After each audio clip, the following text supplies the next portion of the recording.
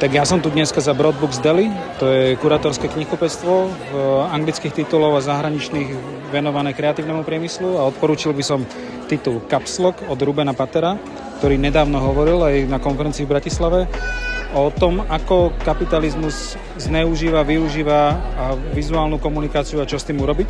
A potom ako druhú vec by som odporúčil Apartamento, magazín o každodennom živote, o tom, ako ľudia v kreatívnom priemysle alebo akýkoľvek iní ľudia žijú, bývajú, aké to majú doma, bordel, nebordel a tak ďalej. Veľmi pekné čítanie, veľmi pekné pozeranie.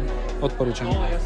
Sme z knihkupectva EZO, nie sme vydavateľstvo, ale knihkupectvo v Komárne, ktoré sa snažili ponúkať to najlepšie zo slovenskej a maďarskej literatúry zároveň a dnes odporúčam maďarské knižky. Jedna je od Čerla Sabo Andráša, čo je jeden z takých najvýraznejších súčasných prozaikov v Maďarsku a je to výnimočné dielo, pretože je to jeho také prvé osobnejšie dielo, kde rieši svoju rodinu, ktorá utekla z Rumúnska do Budapešti svojho času. A toto je vlastne zase knižka, ktorá je ilustrovaná, tiež je po maďarsky, ale toho textu je tam aj pomenej.